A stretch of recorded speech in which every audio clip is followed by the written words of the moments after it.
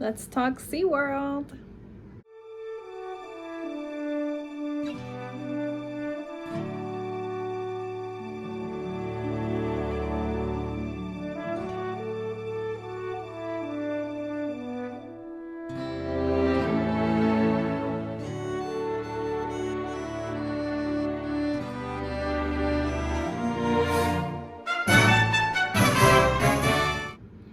Hey guys, so I went to SeaWorld a couple of times on this trip as well, so something not Disney related. We wanted to try something different. Emmett's really big on sharks right now and anything like sea life, so anything with fish. So we thought, why not go to SeaWorld? So I did purchase the unlimited, like the fun pass that they have for unlimited visits, which I think is a really good deal. It's like $100, 100 maybe $120 for unlimited passes. There are some blackout dates. Granted, I don't live over there, but the 1-day pass was around $90, so we figured why not spend the extra $20 to get unlimited, and that way we didn't have to spend full days at SeaWorld. We could just go for a few hours. Our hotel was right next door and even had a walking path to SeaWorld, so we just thought that would be better.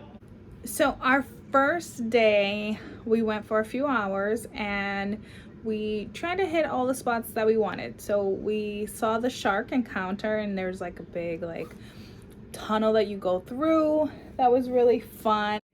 It was fun. We went a couple of times because honestly, because I don't know the park, and even with the maps to look for, I didn't find a lot of sea life, which I was kind of shocked.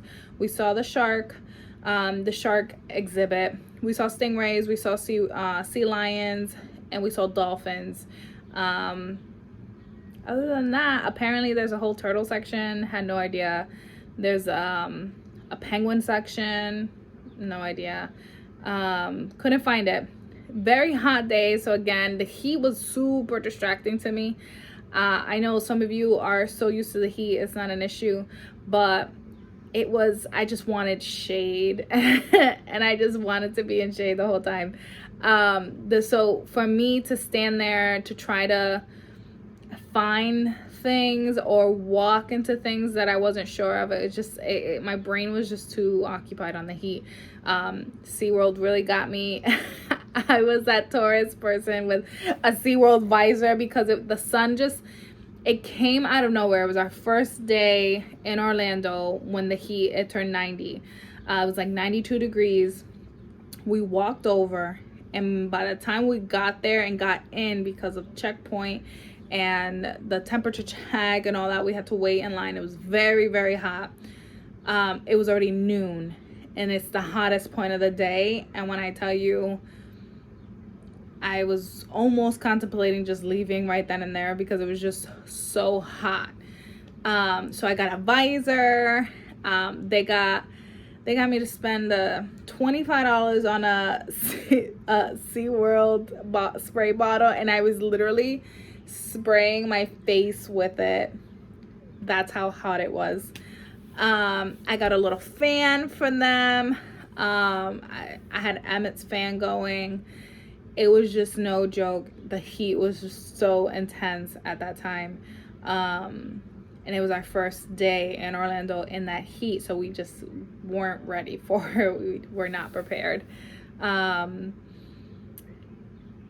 So yeah, so we did the shark encounter, then we were walking over to Sesame Street Land, and right next to Sesame Street Land is the orca encounter, and that is their show. The show was great. Sample. You know to hold out your arm and you take that blood sample from the inside of your elbow. Well, you're trained. I liked it a lot. Emmett loved it. He was all about it. They have changed the show from when, like 10 years ago that I've gone to SeaWorld, 15 years ago that I've gone to SeaWorld. You know, before I used to be, it definitely was like, oh, look what I can make the whale do. Now it's definitely, look why I make the whale do this. Like, oh, we use this technique to weigh the whale, or We use this technique when we need to draw blood from the whale. It was definitely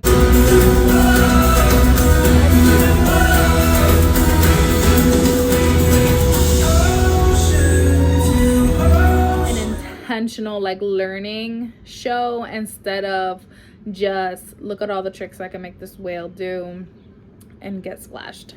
They still do the splashing,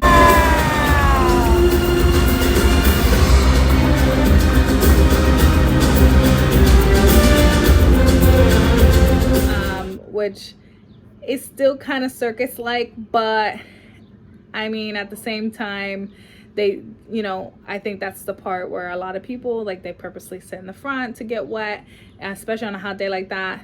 You know, it's nice to be like, I mean, I've done it as a kid. When it's so hot like that, you dry off very quickly, so it's really not an issue. But the show overall was nice. We did go to Sesame Street Land and we got to see Cookie. They were doing characters, and Disney's not doing photo ops yet. They have some that you can see some character from a distance, and you can take a photo from a distance. And in Epcot, you might see Elsa and Anna. I was able to see Elsa at one point, and you can take a distance photo.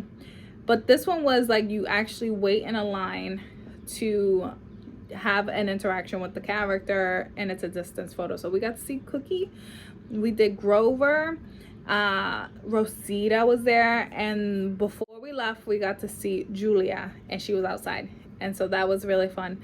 Still big on Sesame Street. He took a little break, but we're back on Sesame Street, and the land is cute. We got a bunch of stuff there. We got him a couple of stuffed animals, stuffed puppets I should say, that he was missing. He was missing Bert and Ernie and Oscar the Grouch. So we got him that.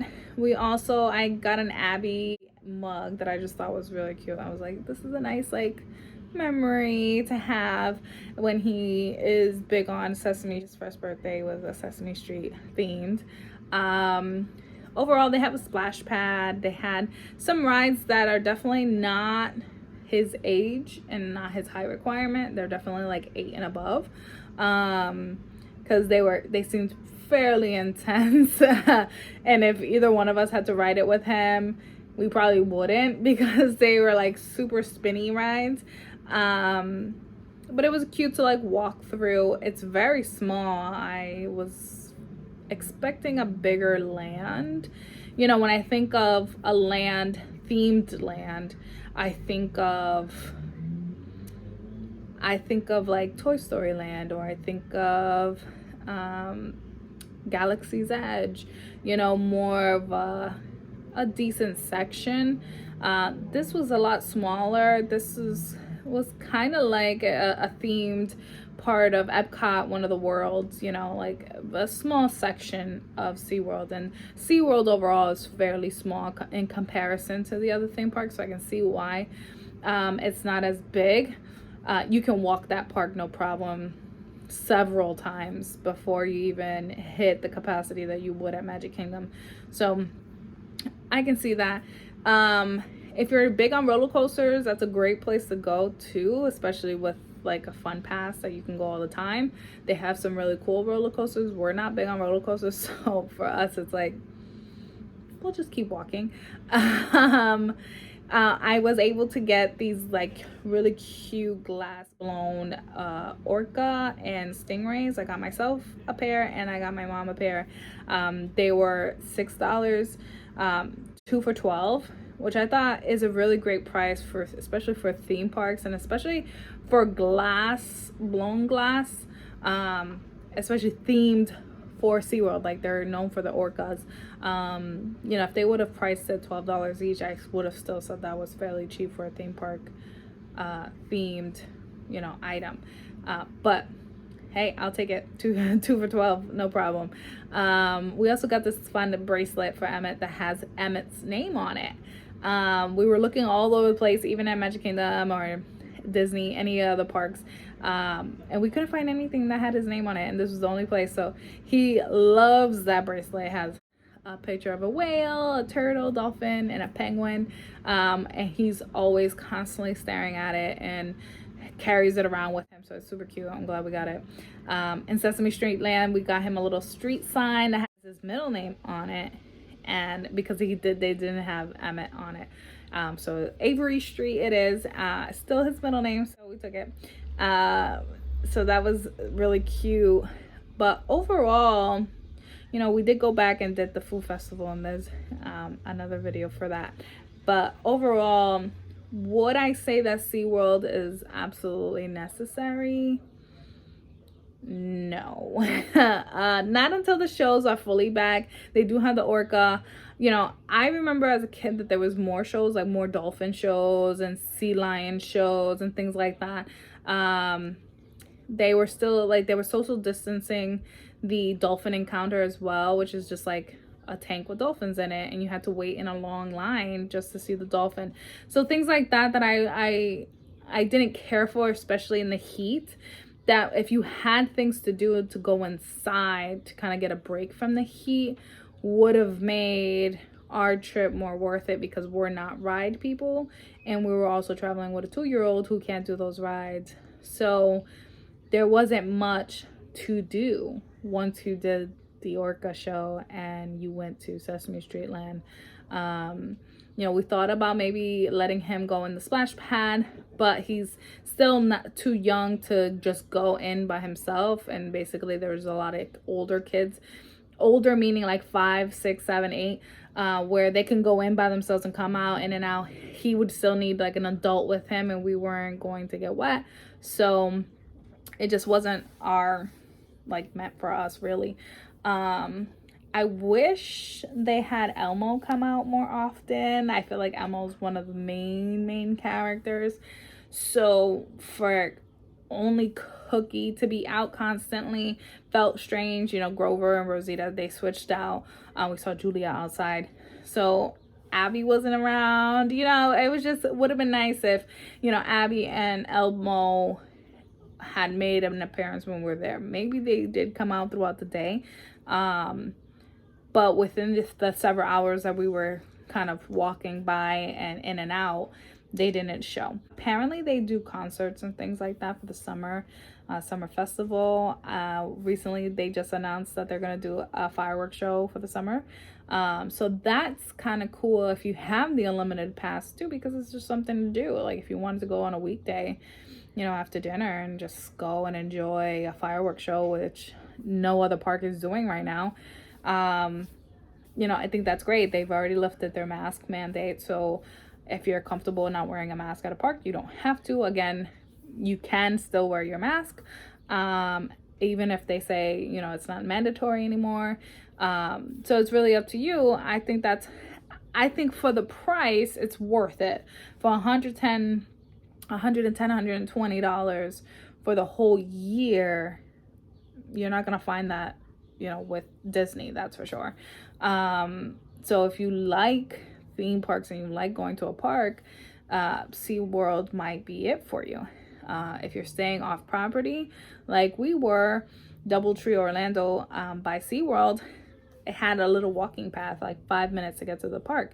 Now that they're not doing temperature checks, it's actually going to be worth it. When they were doing temperature checks, we had to walk still all the way to the other side and do a little like loop-de-loo like 4 times to get into a walking tent that was a temperature check. They weren't even individually scanning. So why it took so long is still beyond me, but we were probably in that line for like a half hour. It's just strange. So now that they're not doing that, I think it's worth walking instead of getting dropped off or parking. Parking is kind of crazy. It's $30 when we went. Disney's still doing like $20 parking. So that was kind of a hard hit when we did, because we were only going for a few hours, you know, when it's all day, I guess, but a few hours. I think they should, if you're coming in at 4 o'clock, 5 o'clock, the park closes at 9. You know, I think there should be like a discounted price for people who are only going to be there for 2-3 hours. But they didn't offer that. So that's kind of like my con about SeaWorld. Like if I had to go and I wanted to go so much, with the fun pass, there's not free parking. So to pay for parking every single time that I go would probably deter me as well, and make me want to end up just paying maybe the $200 more for the annual pass that they have that does include free parking if you do plan on going more than, you know, once a week, or if you do plan on going once a week, because $25 to $30 will add up fairly quickly, especially if you don't plan on really spending anything else. That's kind of how they automatically get $30 from you. But yeah, glad we did it.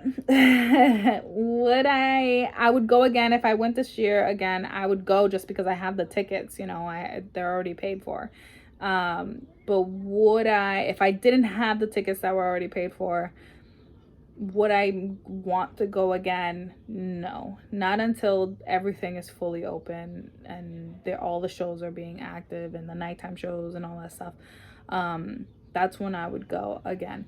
And I would definitely go like later on in the night, and not because the park's not big enough to spend a whole day there. I mean, you could, especially if the lines from the roller coasters were super long and you were just basically spending your time waiting in line. But the park is really small. I think it's like a Six Flags, and to be honest with you, I'm kind of thinking Six Flags is bigger.